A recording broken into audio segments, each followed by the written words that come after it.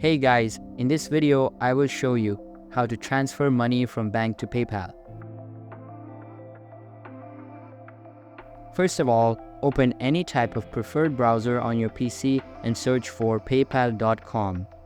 After that, sign into your account and you will be redirected to your account's homepage. Now, in your PayPal account, click on these three dots and then select Go to Money page from the drop-down. Here, all of your assets will be displayed. So, in order to transfer money, click on this Add Money button at top right corner of your screen and verify the security prompt.